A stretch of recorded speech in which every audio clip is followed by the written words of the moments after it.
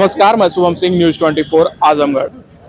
Public opinion जानने के लिए आए हैं और पब्लिक ओपिनियन जानने के लिए आजमगढ़ में हम एक चाय की दुकान पर है। यहाँ पर तमाम लोग हैं, लोगों से जानेंगे, कई मुद्दों पर जानेंगे। SIR को लेकर जानेंगे, 2027 चुनाव को लेकर बात करेंगे। फिर यह समाजवादी पार्टी का जो गढ़ है, क्या वह गढ़ 2027 तक बना रहेगा, इसको लेकर चर्चा करेंगे। फिर दिनेश लाल यादव निरहुआ जब आजमगढ़ सांसद चुनकर आए तो कैसे चुनकर आए, क्या उनका भी आने वाले 2027 के बाद जब लोकसभा क्षेत्र आएगा, चुनाव आएगा, तो क्या उनका भी कुछ यहाँ पर दिखेगा। इस तमाम तरीके की बातों को हम करेंगे। सबसे पहले भैया से हम बात करते हैं और आपका सरनाम जानना चाहते हैं। पहले तो आपको बहुत बहुत धन्यवाद कि आप जनता की आवाज़ लेके आए हैं हम लोगों के बीच। नाम हमारा सत्यानंद सिंह गुड्डू है जी। और परिचय अच्छा, मैं आपसे थोड़ा सा मैं ये जानना चाहता हूँ, अब मान लीजिए 2025 बीत रहा है, 26 में पंचायत का चुनाव है और उसके बाद 27 में फिर विधानसभा का चुनाव है। तो आजमगढ़ में जिस प्रकार से विधानसभा में पिछले सालों में देखा जाए तो बीजेपी बढ़त भी बनाई है, लेकिन एक तरीके से कहा जाए एक भी सीट बीजेपी का नहीं आया। क्या 2027 में आपको लग रहा है कि बीजेपी आने वाली है? जी बिल्कुल, हम लोग 5 साल मेहनत ही किए हैं और जो कमियां थी उसको दूर करने की कोशिश की गई है। जो जनता की चाहत थी उसके अनुकूल काम किया गया है और उम्मीद है कि हम लोग 50-50 पे तो अभी काम कर रहे हैं। पाँच हमको चाहिए।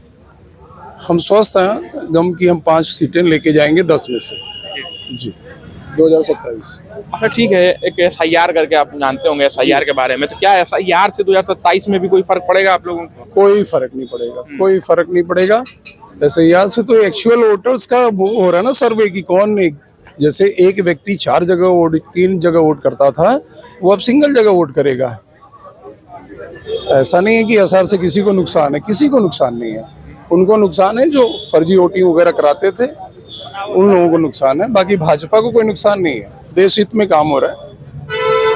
अच्छा, पिछले साल जब लोकसभा चुनाव था, आप देखे दिनेश लाल यादव जीते थे, फिर हार गए। मतलब जब वो क्यों, क्या कारण रही कि दोबारा जब चुनाव हुआ तो वो हार गए? बाई इलेक्शन में वो जीत गए थे। भाई देखिए, बाई इलेक्शन हम लोग इसलिए जीते कि हमारे जो प्रत्याशी रहे दिनेश लाल निरहुआ, वो अनवरत 19 के बाद जनता के बीच बने रहे। तो पुनः जनता ने उस समय अवसर तो नहीं मिला, लेकिन जब बाई इलेक्शन में अवसर मिला तो उनको जनता ने अपना आशीर्वाद दिया।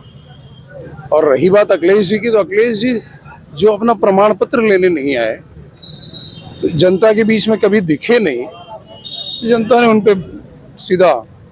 फिर क्या कारण रही कि लोकसभा क्षेत्र में हार का सामना करना पड़ा भाजपा को? हाँ, पुनः 2024 में जो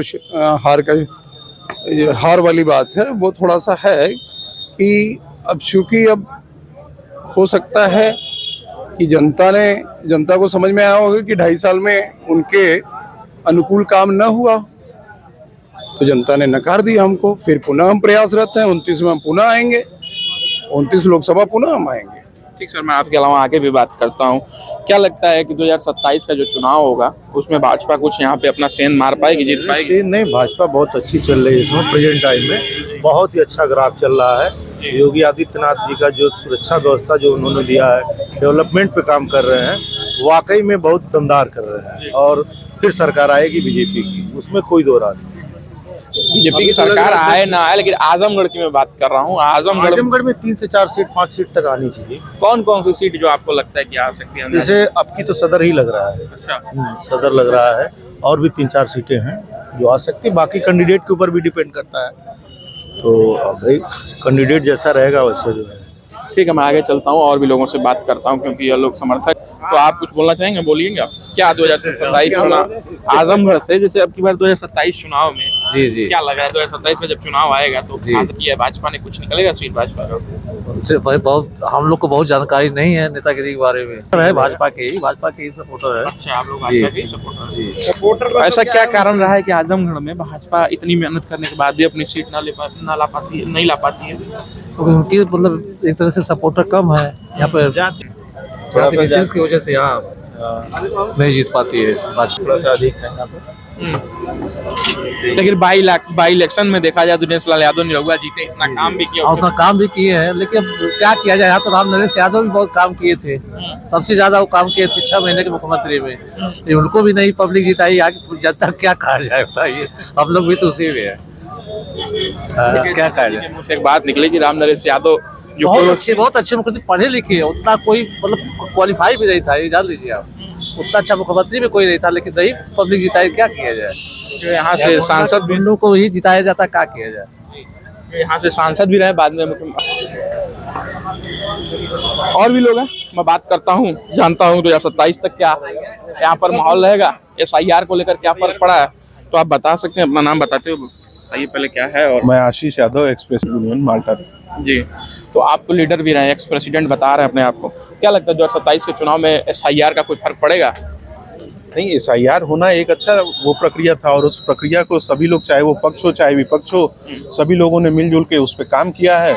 और SIR के तहत जो भी जेन्युइन वोटर्स थे उनका नाम बचेगा, बाकी लोगों का कट जाएगा।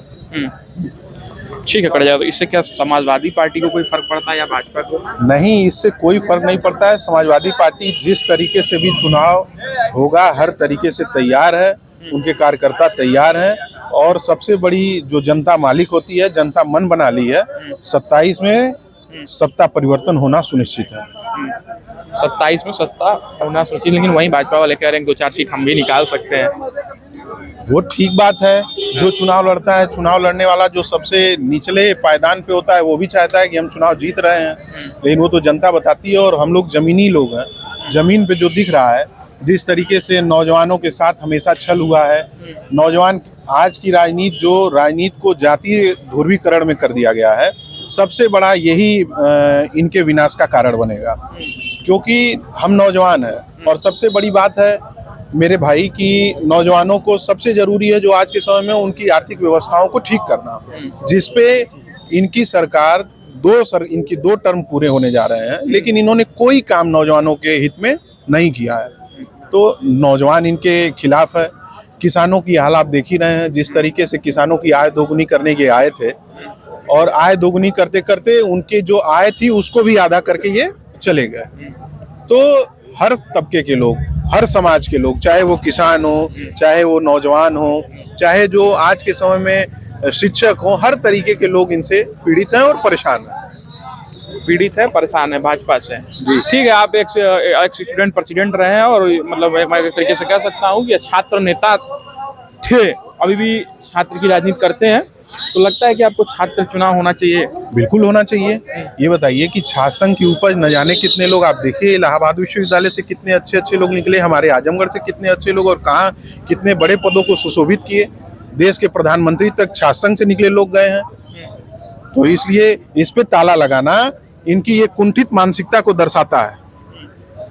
ताला लग जाने की वजह से आप लोगों का राजनीति का जो स्तर है वो क्या आपको दिखता है कि बड़े नहीं, मतलब सरकार का कहना है कि जैसे जो छात्र संघ है, छात्र संघ से गुंडाई उत्पन्न होती है। जब आप इस डेमोक्रेसी में जब आप छात्र संघ चुनाव बंद कर दो, फिर आने वाले समय में आप कह दो कि हम पंचायती चुनाव बंद कर देंगे, फिर हम विधानसभा बंद कर देंगे, तो ये आप कहाँ लेके जाना चाहते हैं देश को? ये लोकतांत्रिक देश है, ये इस तरीके से तानाशाही से नहीं चलने वाला देश है। हाँ, ठीक है, मैं और आगे भी बात करता हूँ।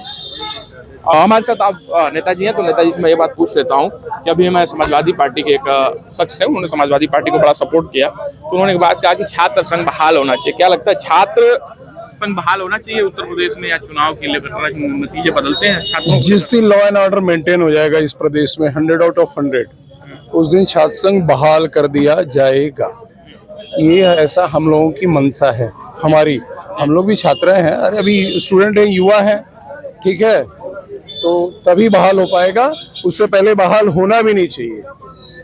जो ये बमबाजी होती है, जो गाड़ियां जलाई जाती हैं, जो प्रोटेस्ट किया जाता है, इससे लॉ एंड ऑर्डर प्रदेश का बिगड़ता है।